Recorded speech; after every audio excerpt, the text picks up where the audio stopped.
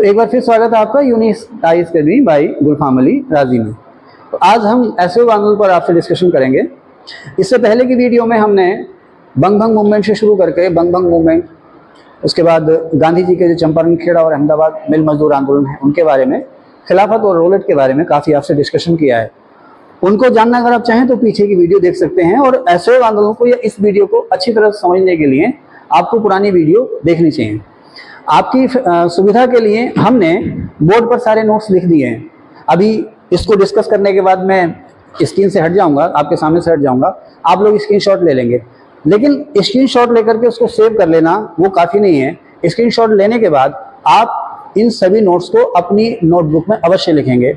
और साथ ही साथ मैं आपको एक मशवरा और दूंगा कि पढ़ाते पढ़ाते हम लोग जो हैं इससे बंधते नहीं हैं। ये खास की नोट्स हैं, खास चीज़ें हैं जो अक्सर एग्जाम में पूछी जाती हैं, जिन्हें हम आपको बताना ज़रूरी समझते हैं। पढ़ाते पढ़ाते हम बहुत से मुद्दों पर चर्चा करते हैं। आप अपने साथ एक रफ कॉपी और एक पेन लेकर के बैठिए। जो भी चीज़ आपको ठीक लगे, अच्छी लगे, नहीं लगे, उसको आप नोट कर लीजिए। वीडियो को पॉज कीजिए, उसको लिख लीजिए, उसको फिर से उसके बाद वीडियो को ऑन करके प्ले करके फिर से उसको पढ़ना शुरू कर दीजिए। ओके, चलते हैं आगे। तो आज असहयोग आंदोलन के बारे में बात करेंगे। आगे बढ़ने से पहले मैं आपसे रिक्वेस्ट करूंगा कि आप हमारे वीडियो को लाइक भी करें, शेयर भी करें, और जितना ज़्यादा आप स्वयं और अपने दोस्तों से सब्सक्राइब करवा सकते हैं करवाइए, ताकि हमें हौसला मिले, हमारा मोटिवेशन बढ़े, और हम आपको हिस्ट्री, ज्योग्राफी, पॉलिटी, इकोनॉमिक्स, यहाँ तक के IAS, state PCS, RO, ARO, lower, one day exams like SI वगैरह सभी के लिए अलग अलग वीडियो हम आपको निःशुल्क उपलब्ध कराते रहें। तो आपको पता होगा हमने इसको अलग अलग सेक्शन में बांट रखा है अपने बोर्ड को। यहाँ शुरू करते हैं। हमने यहाँ लिखा है डेट्स। 31 जुलाई सन 1920 को बाल गंगाधर तिलक की डेथ हो गई। क्वेश्चन आता है कि असहयोग आंदोलन की पूर्व संध्या पर किस प्रमुख नेता की डेथ हो गई थी? तो 1 अगस्त सन 1920 को असहयोग आंदोलन शुरू हुआ था। उससे एक दिन पहले 31 जुलाई सन 1920 को बाल गंगाधर तिलक की डेथ हो गई थी। अब यहीं पर देखिए, जो बात मैंने आपको अभी कही थी वीडियो की शुरुआत में कि आप लोग अपने साथ नोटबुक जरूर रखेंगे। मुझे बहुत सी चीजें पढ़ाते पढ़ाते ध्यान आती हैं, तो कई बार सवाल आया कि इनमें से कौन बाल गंगाधर तिलक की अर्थी को कांधा देने वालों में शामिल थे। तो मौलाना मोहम्मद अली ने बाल गंगाधर तिलक की अर्थी को कांधा दिया था। यहीं पर बाल गंगाधर तिलक पे एक सवाल और आता है, इनके बारे में अलग से वीडियो बनाएंगे कि बाल गंगाधर तिलक ने कौन से सेशन में, कांग्रेस के कौन से सेशन में आखिरी बार पार्टिसिपेट किया था? तो अमृतसर सेशन था। आप मुझे कोई बताएंगे अमृतसर सेशन के चेयरमैन कौन थे? नहीं, शाबाश, मेरी क्लास बहुत होशियार है। अमृतसर सेशन के चेयरमैन थे मोतीलाल नेहरू। खैर, तो 1 अगस्त सन 1920 को गांधी जी ने असहयोग आंदोलन शुरू किया था। उससे एक दिन पहले 31 जुलाई 1920 को बाल गंगाधर तिलक की डेथ हो गई थी। यहीं पर एक चीज और मुझे ध्यान आई कि असहयोग आंदोलन के दौरान जो भी एक्टिविटीज हैं उनको चलाने के लिए पैसा चाहिए था। तो बाल गंगाधर तिलक के नाम से तिलक स्वराज कोष या तिलक स्वराज फंड बना था। इसमें 1 करोड़ रुपए कुछ ही दिन में इकट्ठा हो गए थे। 1 करोड़ रुपए बहुत बड़ी रकम होती थी। अब असहयोग आंदोलन चलता रहा। उसके बाद आपसे पूछेगा कि 5 फरवरी सन 1922 को गांधी जी ने, असहयोग आंदोलन अपने पीक पर था, लोगों का उत्साह अपने पीक पर था, लेकिन गांधी जी ने अचानक उस मूवमेंट को वापस ले लिया था। क्यों ले लिया था? 5 फरवरी सन 1920 को चौरी चौरा कांड हुआ था। यहाँ पर मैंने लिखा भी है चौरी चौरा कांड 5 फरवरी 1920 नहीं 1922।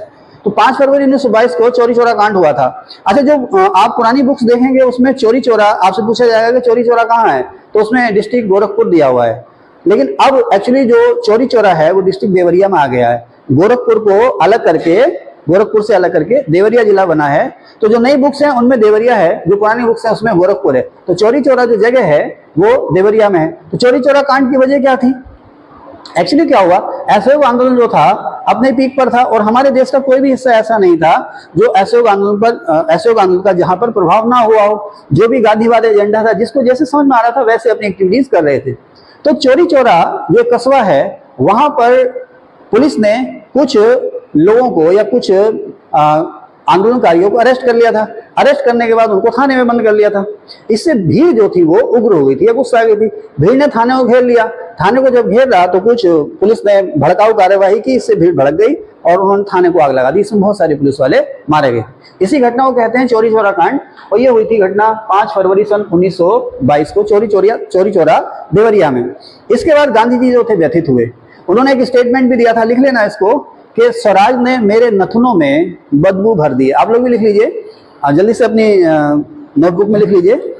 इसी चोरी चौरा कांड के बाद गांधी जी ने कहा था कि स्वराज ने मेरे नथनों में बदबू भर दी है। अच्छा, एक चीज और भी है यहीं पर, गांधी जी का एक स्टेटमेंट और है, मुझसे हिमालय जैसी भूल हो गई है। तो बताएंगे रोलेट एक्ट में, जब रोलेट एक्ट के खिलाफ गांधी जी ने प्रोटेस्ट शुरू किया था तो जो पूरा का पूरा जो एजेंडा था वह हिंसात्मक था, उसमें हिंसा की कोई जगह नहीं थी। लेकिन जैसे ही रोलेट एक्ट के खिलाफ प्रोटेस्ट शुरू हुआ तो धीरे धीरे देश में जगह जगह दंगे होने लगे, खास करके पंजाब और अवध में ज्यादा दंगे हो रहे थे। तो इन दंगों के बाद गांधी जी ने कहा था कि मुझसे हिमालय जैसी भूल हो गई है। ये रोलेट एक्ट प्रोटेस्ट जो था उसमें जो दंगे हुए थे उसको लेकर गांधी जी ने कहा था कि मुझसे हिमालय जैसी भूल हो गई है। खैर आगे चलते हैं। तो अब 5 फरवरी 1922 को चोरी चौरा कांड की जब घटना हुई तो उसके बाद गांधी जी ने 12 फरवरी सन 1922 को इस आंदोलन को पोस्टपोन करने का फैसला किया। ध्यान रखना, आंदोलन को खत्म करने का नहीं, आंदोलन को स्थगित करने का फैसला लिया। कई बार क्वेश्चन आता है कि जब 12 फरवरी सन 1922 को गांधी जी ने इस आंदोलन को स्थगित किया तो उस समय गांधी जी कहाँ थे, ये घोषणा कहाँ से हुई थी? बारदोली से हुई। ठीक है, बारदोली कहाँ पर है? बारदोली कहाँ पर है? गुजरात में। ओके, आगे चलते हैं। अब यहां पर आपसे कांग्रेस के 2 खास सम्मेलन है, कलकत्ता सम्मेलन और एक नागपुर सम्मेलन, असहयोग आंदोलन से जो जुड़े हुए हैं, इनके बारे में आपसे पूछेगा। सितंबर 1920 में कलकत्ता में कांग्रेस का सेशन हुआ था। इसके अध्यक्ष थे लाला लाजपत राय और इसमें गांधी जी ने असहयोग आंदोलन का प्रस्ताव रखा था। देखिए 1 अगस्त सन 1920 को असहयोग आंदोलन शुरू हो चुका है, लेकिन अभी कांग्रेस ने इसको औपचारिक मंजूरी नहीं दी है। तो कलकत्ता सेशन में गांधी जी ने प्रस्ताव रखा कि कांग्रेस जो है असहयोग आंदोलन को अपना समर्थन दे और इस आंदोलन में शामिल हो। कब रखा? सितंबर 1920 में। कहा? कलकत्ता में। इस सेशन के चेयरमैन कौन थे? लाला लाजपत राय। और इसमें प्रस्ताव किसने रखा? गांधी जी ने। ये सवाल खूब आते हैं। गांधी जी ने इसमें प्रस्ताव रखा था और इस प्रस्ताव का विरोध किसने किया था? CR दास। CR दास ने इस प्रस्ताव का विरोध किया था। तो यहां पर कॉन्फ्लिक्ट की वजह से, विवादों की वजह से इस सेशन में गांधी जी का जो असहयोग का प्रस्ताव था वो पास ना हो पाया था, लेकिन गांधी जी संघर्ष करते रहे। यहां पर आप ध्यान दीजिएगा, सवाल खूब आता है कि असहयोग आंदोलन में गांधी जी के प्रमुख सहयोगी कौन थे। यहां पर मैंने लिखा नहीं है, आप लोग अपनी नोटबुक में लिख लेंगे, या अगली वीडियो अभी असहयोग की जब मैं दोबारा से बनाऊंगा तो उसमें फिर से ये की नोट्स में लिखूंगा कि असहयोग आंदोलन में गांधी जी के प्रमुख सहयोगी कौन थे। तो पंडित जवाहरलाल नेहरू, इसके अलावा मौलाना अबुल कलाम आजाद, मौलाना मोहम्मद अली और मौलाना शौकत अली, जिन्हें कहते हैं इतिहास में अली ब्रदर्स, मौलाना मोहम्मद अली और मौलाना शौकत अली। इसके अलावा पंडित जवाहरलाल नेहरू और मौलाना अबुल कलाम आजाद, ये लोग जो थे ये असहयोग आंदोलन में गांधी जी के खास सहयोगी थे। यहीं पर मैं आपको फिर से बताता चलूं कि ये जो आपका कलकत्ता सेशन है इसमें बहुत सारे कांग्रेसियों ने, अगली वीडियो में उनके नाम भी आपको स्पष्ट लिखाऊंगा, बहुत से कांग्रेसियों ने गांधी जी का जो असहयोग का प्रस्ताव था उनका विरोध किया था। कुछ लोगों के नाम बताइए जिन्होंने गांधी जी के असहयोग आंदोलन का शुरुआत में विरोध किया था कांग्रेसी ऐसे, बताइए, जल्दी बताइए। आप में से कोई बताएं जल्दी से, 2-3 सेकेंड में, कोई बोलना चाहें, बोलो ना। हाँ, यही करना है। आप बताएं। CR दास, मदन मोहन मालवीय, एनी बेसेंट, सुरेंद्र नाथ बनर्जी, बिपिन चंद्र पाल और भी बहुत सारे नेता थे जिन्होंने असहयोग आंदोलन का या गांधी जी के जो असहयोग का जो प्रस्ताव था उसका विरोध किया था। अब दिसंबर 1920, सितंबर, अक्टूबर, नवंबर, दिसंबर 1920 में नागपुर में फिर से सेशन होता है कांग्रेस का। इसमें फिर से असहयोग आंदोलन पर या गांधी का जो असहयोग का प्रस्ताव था गांधी जी का, उस पर चर्चा होती है। अब दिसंबर 1920 का जो सेशन है इसमें आपसे पूछा जाएगा कि दिसंबर 1920 में सेशन कहाँ हुआ? नागपुर, महाराष्ट्र में हुआ। ठीक है, और इस सेशन के अध्यक्ष कौन थे? वीर राघवाचारी या वीर राघवाचारी इस सेशन के अध्यक्ष थे। और इसमें, इस सेशन में असहयोग आंदोलन का प्रस्ताव किसने रखा? देखिए कलकत्ता में प्रस्ताव स्वयं गांधी जी ने रखा। अब दिसंबर में नागपुर में फिर से सेशन होता है तो इस बार जो प्रस्ताव रखा था वो CR दास ने रखा था। सितंबर वाले सेशन में लाला लाजपत राय, CR दास जो थे इस प्रस्ताव के, असहयोग आंदोलन के विरोधी थे, उन्होंने इसका विरोध किया था। अच्छा, विरोध आजकल का जैसा नहीं है कि लाठी डंडे चल रहे हैं, वो सिर्फ बातों से विरोध होता था, तथ्य दिए जाते थे, तर्क दिए जाते थे। ये नहीं है कि आकर के लाठी डंडा या बम बंदूक चलने लगे, इस तरह कोई विरोध नहीं होता था। तो अब नागपुर सेशन में दिसंबर 1920 में जो हुआ, CR दास और लाला लाजपत राय ने अपना विरोध वापस ले लिया, अर्थात गांधी जी का समर्थन किया, असहयोग आंदोलन का समर्थन किया, और इस सेशन में CR दास ने इसका प्रस्ताव रखा था। ओके, आगे चलते हैं। अब सवाल आता है कि असहयोग आंदोलन का एजेंडा किसने बनाया। ध्यान रखिएगा, असहयोग आंदोलन, सविनय अवज्ञा आंदोलन, भारत छोड़ो आंदोलन, ये तीन जो खास आंदोलन हैं, इन तीनों का जो एजेंडा था वो गांधी जी ने बनाया था।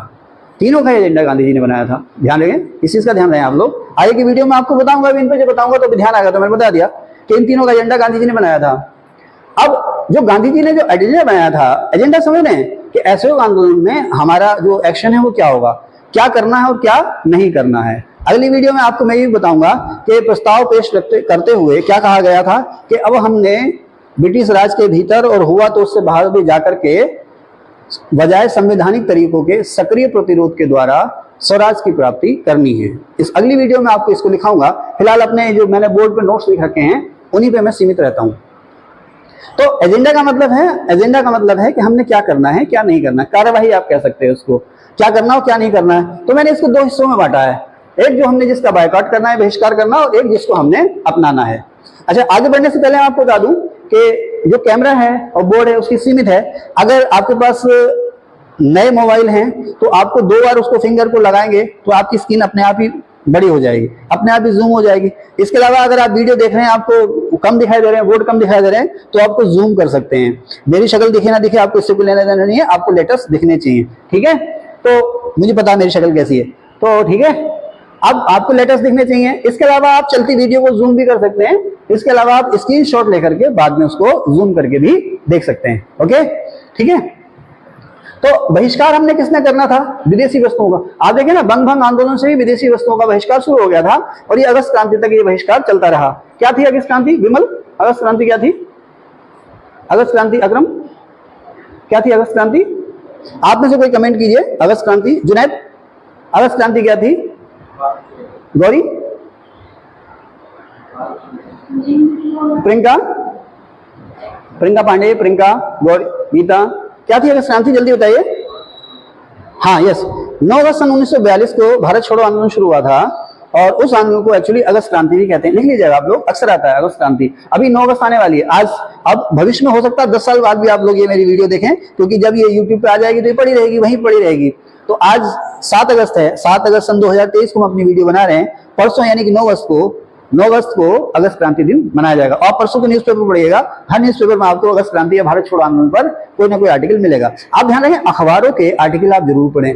आप लोग कहते हैं ना हमारा 1 नंबर से, 2 नंबर से या 3 नंबर से सिलेक्शन हो गया, उसकी वजह यह है कि आप लोग बुक्स पर या टीचर पर या ऑनलाइन नोट्स हैं उस पर डिपेंड रहते हैं। आप लोग खुद भी तैयारी कीजिए, न्यूज़पेपर पढ़िए, कम से कम 2-3 न्यूज़पेपर पढ़िए, बहुत सी चीजें उससे मिलती। आगे चलते हैं। तो हमने बहिष्कार करना था विदेशी वस्तुओं का, उपाधियों का बहिष्कार। जैसे मैंने यहाँ पे लिखा भी है ना, रविन्द्रनाथ टैगोर ने नाइटहुड छोड़ दी थी। इसके अलावा गांधी जी ने कैसर हिंद का टाइटल छोड़ा था और राय बहादुर का टाइटल छोड़ा था जमनालाल बजाज ने। तो हमने उपाधियों का बहिष्कार करना है। यहाँ पर अगली वीडियो में लिखाऊंगा भी, गांधी जी ने कहा था कि अब समय आ गया है कि अपमान का प्रतीक बन चुके विदेशी तमगों को हम छोड़ दें। तमगे माने टाइटल्स या उपाधियां। अब विदेशी वस्तुओं का, उपाधियों का हमने जो है कि बायकॉट करना था। यहाँ पर मैंने केवल एक शब्द लिखा है, मेसोपोटामिया, क्योंकि बोर्ड पे इतनी जगह नहीं है और एक ही वीडियो में चाह रहा हूँ बहुत सी चीजें आपको बता दूं।